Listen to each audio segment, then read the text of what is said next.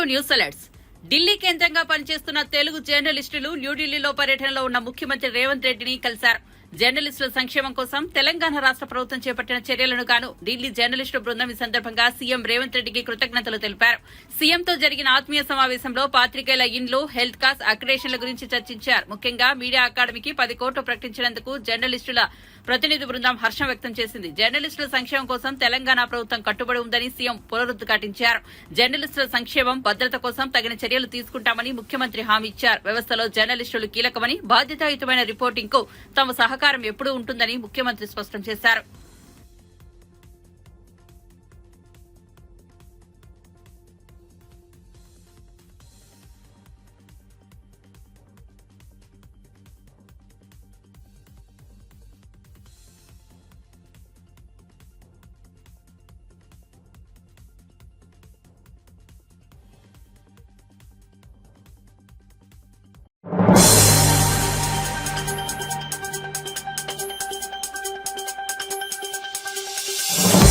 ఏపీలో వరద నష్టం పరిశీలించేందుకు వచ్చిన కేంద్ర బృందం ముఖ్యమంత్రి చంద్రబాబును కలిసింది. ఏపీలో వరద నష్టంపై అంచనా వివరాలను చంద్రబాబుతో పంచుకుంది. ఈ సందర్భంగా చంద్రబాబు స్పందిస్తూ రాష్ట్రంలో పంట నష్టంతో పాటు భారీ స్థాయిలో ఆస్తి నష్టం జరిగిందని, ఏపీలో సంభవించిన వరదలను జాతీయ విపత్తుగా ప్రకటించాలని కేంద్ర బృందాన్ని కోరారు. ఈ విపత్తును సాధారణ విపత్తులా చూడవద్దని విజ్ఞప్తి చేశారు. రికార్డు స్థాయిలో భారీ వర్షాలు, ఆకస్మిక వరదలతో ప్రజా జీవితం అతలాకుతలమైందని వివరించారు. సర్వం కోల్పోయిన వరద బాధితులు రైతుల మంచి ప్యాకేజీ ఇస్తే తప్ప తిరిగి కోలుకోలేరని చంద్రబాబు స్పష్టం చేశారు. అందుకు కేంద్ర బృందం స్పందిస్తూ తమ పరిశీలనకు వచ్చిన అంశాలను కేంద్రం దృష్టికి తీసుకెళ్లి తగు సాయం చేసేలా తమ వంతు ప్రయత్నం చేస్తామని కేంద్ర బృందం అధికారులు ముఖ్యమంత్రికి హామీ ఇచ్చారు.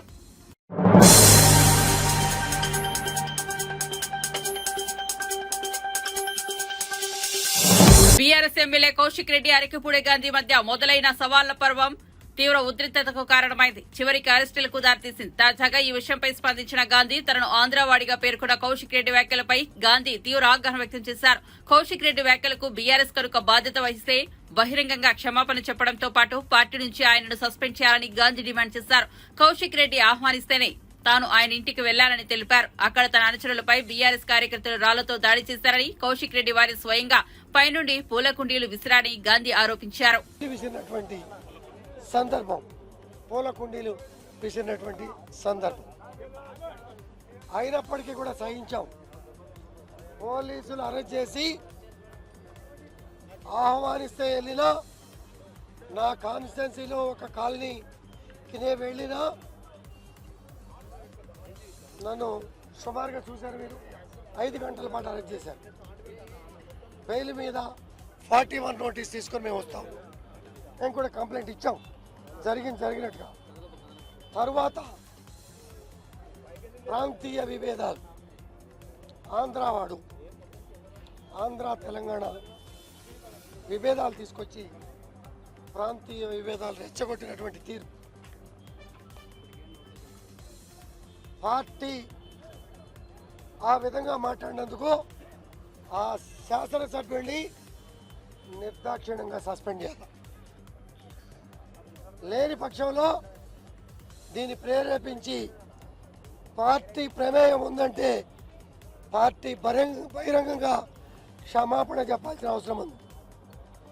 చెప్పకుండా ఇదే పరిణామాలు కొనసాగితే జరగబోయే పరిణామాలకి ఆ పార్టీ నాయకులు బాధ్యత వహించాలి. పార్టీ ఆదేశిస్తే పార్టీ నాయకులు దీని మీద చర్య తీసుకోవాలి. లేదంటే ఇమీడియట్గా ఈ మాటలు మాట్లాడి ప్రశాంత వాతావరణంలో ప్రాంతీయ విభేదాలు రెచ్చగొట్టినటువంటి కౌశిక్ రెడ్డిని పార్టీ నుంచి సస్పెండ్ చేయాలని డిమాండ్ చేస్తా ఉన్నాం.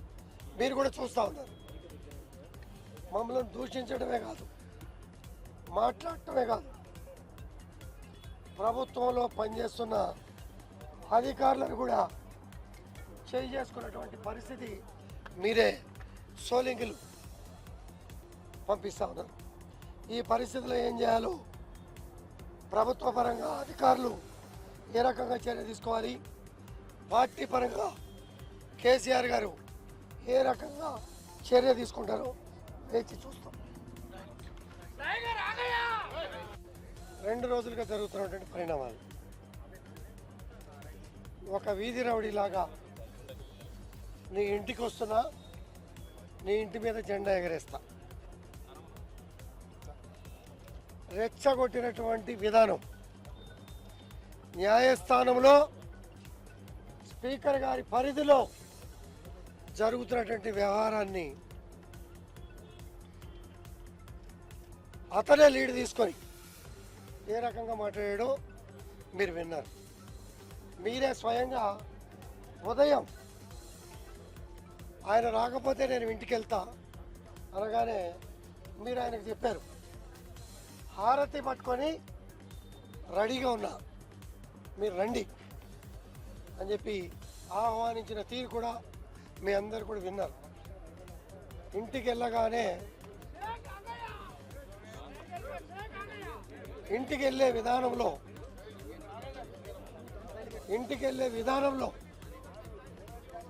30-40 మంది పోలీసులను అడ్డుకున్న సంగతి మీ కళ్ళారా కూడా చూశారు.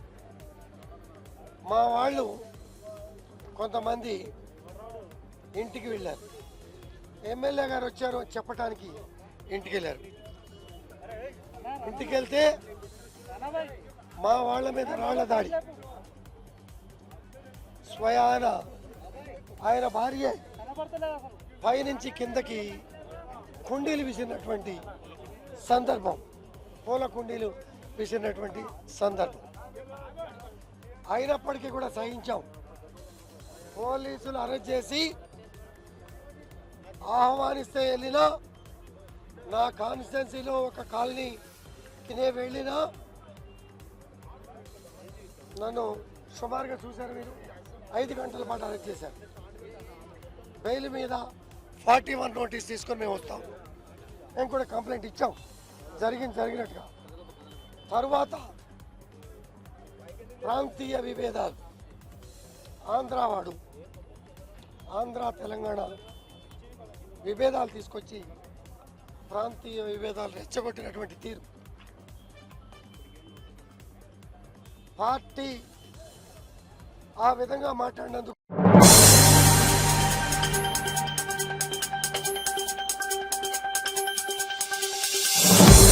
ఇటీవల ముగిసిన పారిస్ పారాలింపిక్స్ లో భారత పారా అథ్లెట్లు అద్భుత ప్రదర్శనతో ఆకట్టుకున్నారు. రికార్డు స్థాయిలో 29 పతకాలు కొల్లగొట్టారు.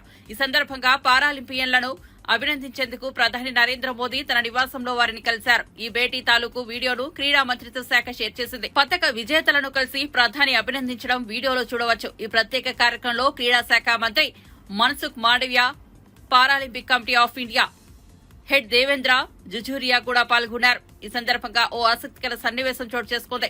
Star javelin thrower Navdeep Singh Paris games లో F41 కేటగిరీలో బంగారు పతకం సాధించిన విషయం తెలిసిందే. అతనితో కలిసినప్పుడు ప్రధాని మోదీ నేల మీద కూర్చొని మరీ తలపై టోపీ పెట్టించుకున్నారు. ఈ ఆసక్తికర సందర్భానికి సంబంధించిన వీడియోను ప్రధాని ఇన్స్టాగ్రామ్ లో పోస్ట్ చేశారు. बाकी लोगों के लिए आप पीएम का मतलब होता है कि प्राइम मिनिस्टर, और हम सब के लिए आप पीएम का मतलब है परम मित्र।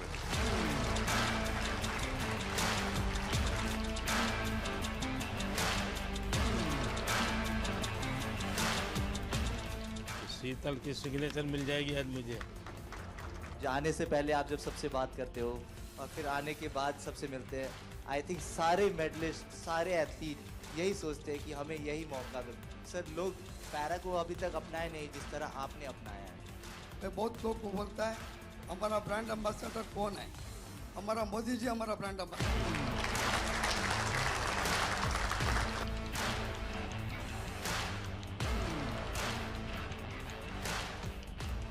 तो कैप पहनाना चाहोगे?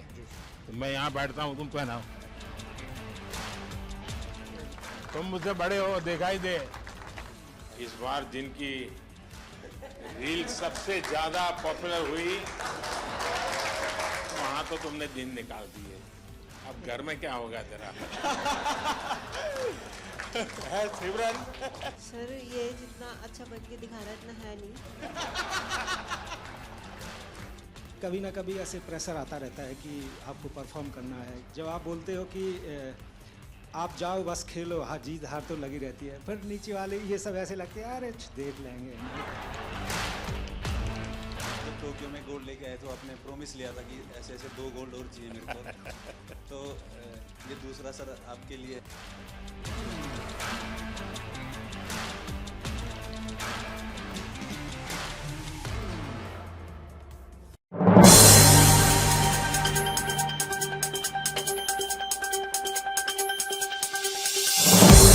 కోల్కతా హత్యాచార ఘటన తాలూకు ప్రకంపనలు ఇంకా ఆగలేదు. వైద్యుల సమ్మె కొనసాగుతూనే ఉంటాయి. ఈ నేపథ్యంలో పశ్చిమ బెంగాల్ ముఖ్యమంత్రి మమతా బెనర్జీ కీలక వ్యాఖ్యలు చేశారు. ప్రజా ప్రయోజనాల కోసం అవసరమైతే రాజీనామా చేసేందుకైనా తాను సిద్దమని ప్రకటించారు. మృతురాలికి న్యాయం చేయాలని కేంద్రాన్ని డిమాండ్ చేస్తున్నామని తెలిపారు. డాక్టర్ల సమ్మెతో 7 లక్షల మంది రోగులు ఇబ్బందులు పడుతున్నారని, 27 మంది మృతి చెందారని వివరించారు. డాక్టర్లతో సమావేశం కోసం 2 గంటల పాటు ఎదురు చూశారని మమతా బెనర్జీ వెల్లడించారు. డాక్టర్తో చర్చలకు ఇప్పటికే 3 సార్లు ప్రయత్నించారని తెలిపారు. মানুষ এসেছিলেন বিচার চাইতে তিলোত্তমার, কিন্তু আশা করি মানুষ বুঝতে পারছেন ওরা বিচার চায় না, ওরা চায় চেয়ার। আমি মানুষের স্বার্থে এমনকি নিজে পদত্যাগ করতেও রাজি আছি। আমার মুখ্যমন্ত্রীর পদ চাই না, কিন্তু আমি চাই মানুষ বিচার পাক, তিলোত্তমা বিচার পাক, আর সাধারণ মানুষ চিকিৎসা পাক।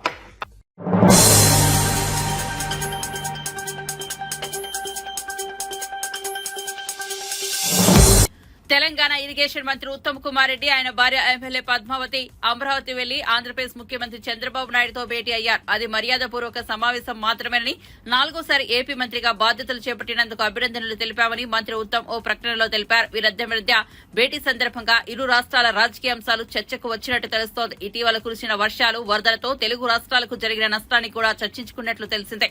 2 రాష్ట్రాల మధ్య సాగునీటి ప్రాజెక్టుల వివాదాలు భవిష్యత్తులో పరిష్కరించుకోవాల్సిన ఆవశ్యకతపై తదితర పైన చర్చించినట్లు సమాచారం.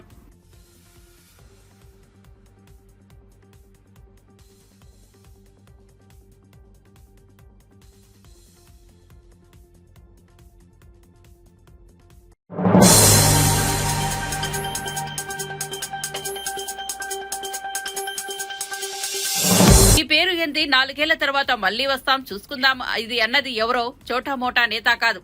రాష్ట్రంలో ప్రధాన ప్రతిపక్ష పార్టీ సీనియర్ నేత, మాజీ మంత్రి, ప్రస్తుత ఎమ్మెల్యేనే. ఆయన ఎవరో కాదు, తన్నీర్ హరీష్ రావు. ఓ పోలీసుకు ఇచ్చిన వార్నింగే ఇది. ప్రస్తుతం హరీష్ రావు వీడియో నెట్టింట వైరల్ గా మారింది. బీఆర్ఎస్ ఎమ్మెల్యే పాడి కౌశిక్ రెడ్డి, షేర్లింగంపల్లి ఎమ్మెల్యే అరకిపూడి గాంధీ సవాళ్ల పర్వం కాంగ్రెస్, బీఆర్ఎస్ పార్టీ నేతలు ఒకరిపై ఒకరు దూషించుకోవడం, పరస్పరం దాడులు చేసుకోవడానికి దారితీసింది. అరకిపూడి గాంధీని అరెస్ట్ చేసిన పోలీసులు కాసేపటికే విడుదల చేశారు. దీంతో అరకిపూడిని అరెస్ట్ చేయాలని డిమాండ్ చేస్తూ బీఆర్ఎస్ నేతలు సిపి కార్యాలయానికి వెళ్లారు. మీరు బేషరతుగా ఇంటికి వెళ్ళొచ్చని కూడా ఇప్పుడే చెప్పడం జరిగింది. మనము తెలంగాణ ఉద్యమ పార్టీ, పోరాటం చేసి తెలంగాణ తెచ్చిన పార్టీ, ఈ తెలంగాణ రాష్ట్రం బాగుండాలని కోరుకునేటువంటి పార్టీ. ఒకవైపు గణేష్ నిమజ్జనం జరుగుతూ ఉంది, ఇంకొక వైపు రాష్ట్రంలో పెద్ద పండుగ గణేష్ నిమజ్జనం. హైదరాబాద్ లో పెద్ద ఎత్తున పండుగ జరుగుతుంది. పోలీసులందరూ కూడా మరి ఇబ్బంది పడి లా అండ్ ఆర్డర్ ఇబ్బంది రావద్దు, మన హైదరాబాద్ ప్రెస్టేజ్ దెబ్బతినొద్దు అనే ఉద్దేశంతో మరి ఈ రోజు డీజీపీ గారు ఇచ్చిన హామీ మేరకు మనము ఈ రోజు ఇక్కడ నుంచి అందరం కూడా వెళ్లడం జరుగుతూ ఉంది. నిజంగా మీకు ఎన్ని రకాల కృతజ్ఞత చెప్పినా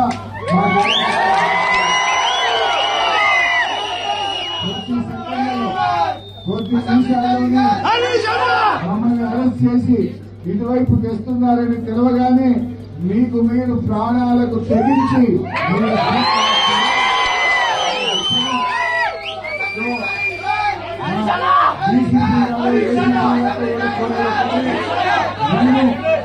ఒక బాధ్యతాయుతమైన ప్రజాప్రతినిధులుగా తెలంగాణ తెచ్చిన పార్టీగా లా అండ్ ఆర్డర్ మెయింటైన్ చేయాలని మేము సహకరిస్తా ఉన్నాం.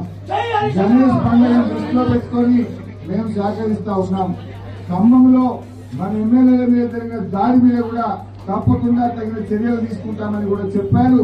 నమ్మకం కొద్దీ, పోలీసుల మీద విశ్వాసం కొద్దీ, బాధ్యత కొద్దీ మేము సహకరిస్తా ఉన్నాం. దయచేసి మార్చేసి ఇటువైపు చేస్తున్నారని తెలవగానే మీకు మీరు ప్రాణాలకు తెగించి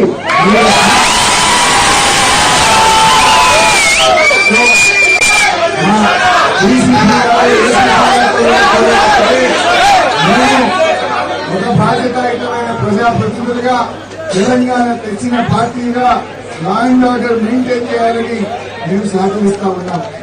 గణేష్ పండుగ దృష్టిలో పెట్టుకొని మేము సహకరిస్తాం. ఖమ్మంలో మన ఎమ్మెల్యేల విధంగా దాడి మీద కూడా తప్పకుండా తగిన చర్య తీసుకుంటామని కూడా చెప్పారు. నమ్మకం కొద్దీ, పోలీసుల మీద విశ్వాసం కొద్దీ, బాధ్యత కొద్దీ మేము సహకరిస్తా ఉన్నాం. దయచేసి మాట మీద నిలబడాలని చెప్పి పోలీసులను కూడా కోరుతా ఉన్నాం. అధికారులు ఎవరికి శాశ్వతం కాదు. అధికారం అనేది ఇవాళ వాళ్ళ దగ్గర ఉండొచ్చు, రేపు మా దగ్గర ఉండొచ్చు. కానీ లా అండ్ ఆర్డర్ మెయింటైన్ చేయండి, న్యాయాన్ని పాటించండి, ఏకపక్షంగా ఉండొద్దని కూడా పోలీసు అధికారులందరినీ కూడా కోరుతూ, దయచేసి మళ్ళీ మేము పోయిన తర్వాత మా కార్యకర్తలు ఎవరిని ఇబ్బంది పెట్టినా తిరిగి మళ్ళీ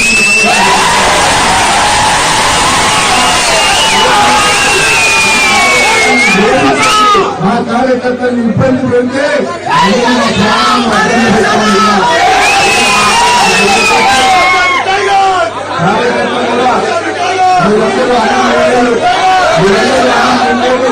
మీరందరూ ఇబ్బందుల్లో ఉన్నారు.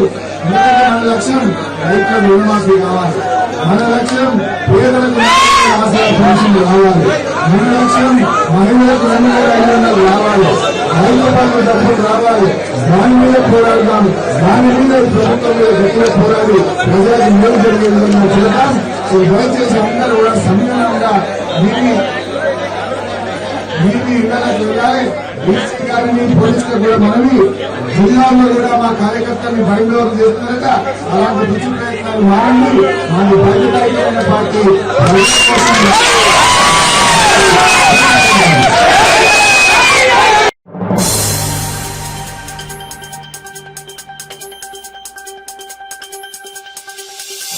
సత్యసాయి సేవా సెంట్రల్ ట్రస్ట్ ఆధ్వర్యంలో వరద బాధితులకు నిత్యావసర వస్తువులను పంపిణీ చేశారు.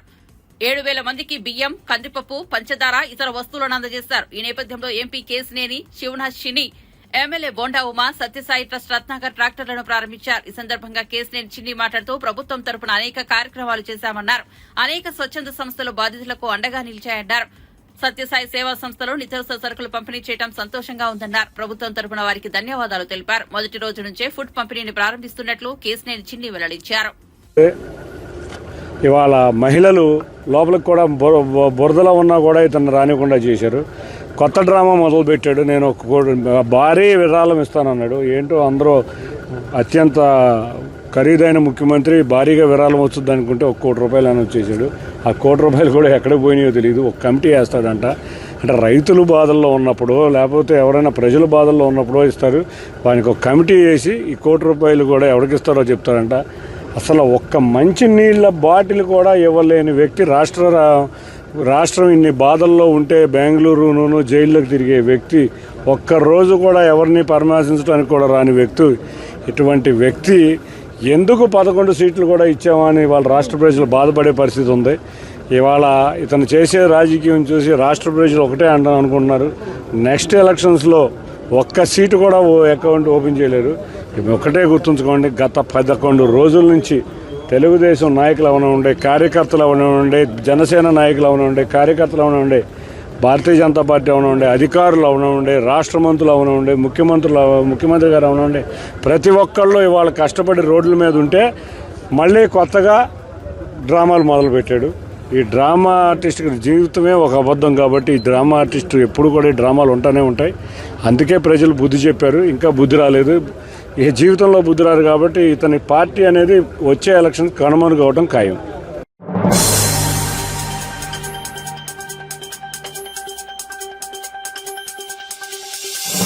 చిత్తూరు జిల్లా పుంగూరు నియోజకవర్గ చౌడేపల్లి మండలం బోయకొండ అటవీ ప్రాంతంలో పేకాట స్థావరాలపై పోలీసులు నిఘా ఉంచడంతో సుమారు 20 మంది పేకాట ఆడుతూ ఉండగా పోలీసులు దాడులు నిర్వహించారు. దాడుల్లో 13 మంది అదుపులోకి తీసుకోగా 4 పారిపోయారు. పట్టుబడిన వారి నుండి 20 ద్విచక్ర వాహనాలు, 13,81,000 నగదును స్వాధీనం చేసుకుని నిందితులను అరెస్ట్ చేసిన పోలీసులు దాడుల్లో పాల్గొన్న పోలీసు ఆఫీసర్లను డీఎస్పీ అభినందించారు. ఈ బోయకొండ అటవీ ప్రాంతంలో కొద్ది రోజులుగా గ్యామ్లింగ్ జరుగుతాయని చెప్పేసి రాబోయే సమాచారం మేరకు మా ఎస్పీ గారు ఇన్స్ట్రక్షన్స్ మేరకు స్పెషల్ పార్టీ వేసి మా పలమేరు ఐడి పార్టీని, అట్లాగే special branch head constable Masudan రెడ్డిని, ఇన్స్పెక్టర్ లీడ్ చేసి తీసుకెళ్లి ఒక పార్టీ తీసుకెళ్లి అక్కడ రైడ్ చేస్తే దాదాపు 20 మంది దాకా ఓ ప్యాకెట్ నిర్వహిస్తూ కనపడినారు. ఇన్స్పెక్టర్ గారు తన అక్కడ తీసుకెళ్లిన సిబ్బందితో దాదాపు 13 మందిని అదుపులో తీసుకున్నారు. మిగిలిన వాళ్ళు కొద్దిమంది అటవీ ప్రాంతంలో పారిపోయారు. వాళ్ళలో మెయిన్గా ఈ మదనపల్లి చెందిన మల్లికార్జున ఆలియాస్ అర్జున్ రెడ్డి, తర్వాత బాలాజీ నాయక్, నాగేంద్ర, అకుల్ రెడ్డి అనే వాళ్ళు ఆ గ్యాంబ్లింగ్ ను కండక్ట్ చేస్తున్నట్లు అర్థమైంది. వాళ్ళు పట్టుకొని మొత్తం చూస్తుంటే వాళ్ళు అందరి ఆడుతూ రకరకాల ప్రాంతాల దగ్గర తప్పించుకున్నారని తెలిసింది. వాళ్ళ దగ్గర దాదాపు 13,81,050 రూపాయలు సీజ్ చేయడం జరిగింది. అందరి వెహికల్స్ సీజ్ చేయడం జరిగింది. ఆ వెహికల్స్ ఆధారంగా ఎవరెవరు పారిపోయారు, మిగిలిన అడ్రస్ పెట్టుకోవడం జరుగుతుంది. వీళ్ళందరినీ ప్రాపర్టీని మొత్తం అంతా కోర్టుకు సరెండర్ చేసి వీళ్ళ మీద కేసు ఇష్టం జరిగింది. కోర్టుకు సరెండర్ చేస్తాం.